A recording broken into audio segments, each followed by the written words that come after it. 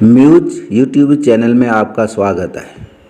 आज हम हिंदी के अंदर कक्षा 12 प्रयोजनमूलक हिंदी के अंदर सूचना प्रौद्योगिकी इंफॉर्मेशनल टेक्नोलॉजी का अभ्यास करेंगे। तो दोस्तों, सूचना प्रौद्योगिकी या इंफॉर्मेशनल टेक्नोलॉजी क्या है, उसके बारे में हम आपके सामने ये बात रख रहे हैं। ध्यान से सुनिएगा और समझिएगा। सूचना का अर्थ है जानकारी या ज्ञान तथा प्रौद्योगिकी का अर्थ है तकनीक। सूचनाएं आंकड़ा डेटा के संसाधन यानी कि प्रोसेसिंग से प्राप्त होती है तथा आंकड़ों का भंडारण स्टोरिंग, पुनः प्राप्ति, सुधार, संसाधनगत कार्य इसके अंतर्गत आती है तथा इसका उपयोग विशिष्ट प्रयोजनमूलक क्षेत्र के कार्य हेतु किया जाता है।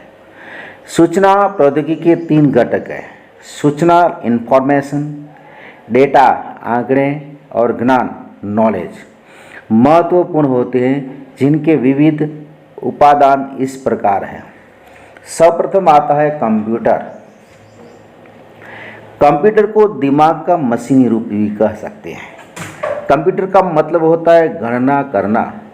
कंप्यूटर का प्रारंभिक रूप मूलतः गणना करने वाले मशीन के रूप में था, लेकिन अब इसमें प्रयुक्त की जाने वाले शब्द, आंकड़ों, संख्या और चित्रों को, सूचनाओं को उसके स्मृति कोश में संचित किया जाता है और इस प्रकार ये अपने आधुनिक रूप में जटिल से जटिल काम कर सकता है।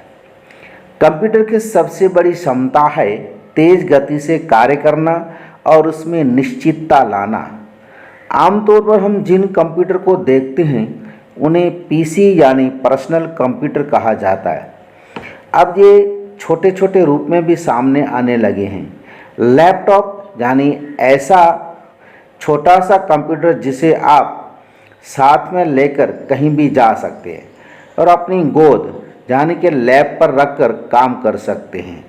पाम टॉप कंप्यूटर इससे भी छोटा होता है और इसे आप अपने हथेली यानी पाम पर रखकर काम कर सकते हैं। पाम टॉप में हालांकि पीसी जितना फीचर नहीं होते, लेकिन इनका और विकास जारी है। कंप्यूटर के 2 भाग हैं, सॉफ्टवेयर और हार्डवेयर। सॉफ्टवेयर और हार्डवेयर बहुत प्रचलित शब्द है। ये दोनों कंप्यूटर के अभिन्न अंग हैं। हार्डवेयर का मतलब हम मशीन से लगा सकते हैं, जिसमें मॉनिटर, कुंजी पटल, केंद्रीय संसाधन एकक, माउस और मुद्रक शामिल है। सॉफ्टवेयर कई तरह के प्रोग्रामों का सेट होता है जो कंप्यूटर को काम करने के योग्य बनाते हैं। वास्तव में कंप्यूटर की स्मृति में आंकड़ों और प्रोग्रामों को संचित किया जा सकता है।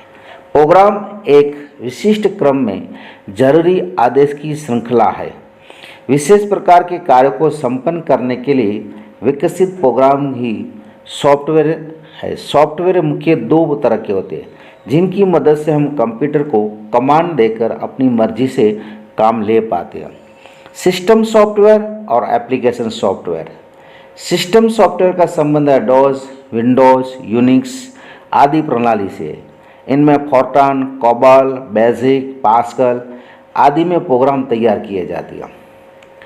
प्रयोग की प्रकृति के आधार पर पुस्तक प्रकाशन, शब्द संसाधन, आंकड़ा संसाधन आदि महत्वपूर्ण कार्यों का अनुप्रयोग एप्लीकेशन सॉफ्टवेयर में होता है।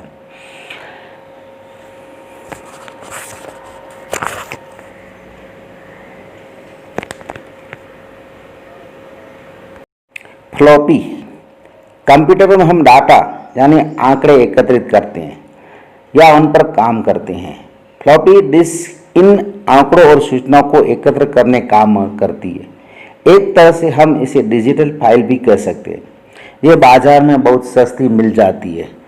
एक कंप्यूटर से आंकड़े इसमें स्टोर कर हम दूसरे कंप्यूटर में ले जाकर देख सकते हैं, लेकिन आजकल फ्लॉपी का उपयोग नहीं होता है। फ्लॉपी की जगह आज पेन ड्राइव, सीडी, डीवीडी उसका उपयोग होता है। ज़्यादातर पेन ड्राइव का उपयोग किया जाता है।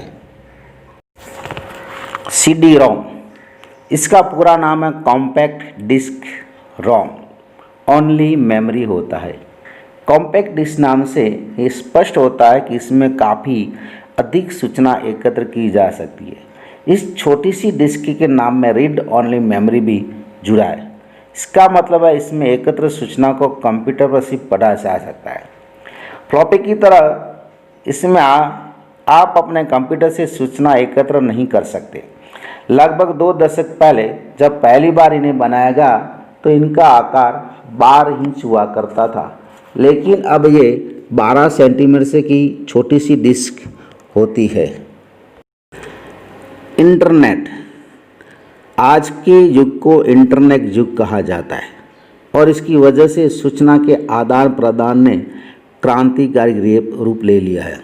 ये दुनिया भर में फैले कंप्यूटर को जोड़कर बनाया गया नेटवर्क है।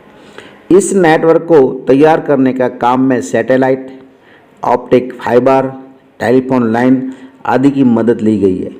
इंटरनेट खुद की तरह दुनिया है जहाँ हर मसले पर सूचना उपलब्ध है, लेकिन इस पर किसी तरह का सरकारी नियंत्रण और भौगोलिक सीमाओं का दबाव नहीं है।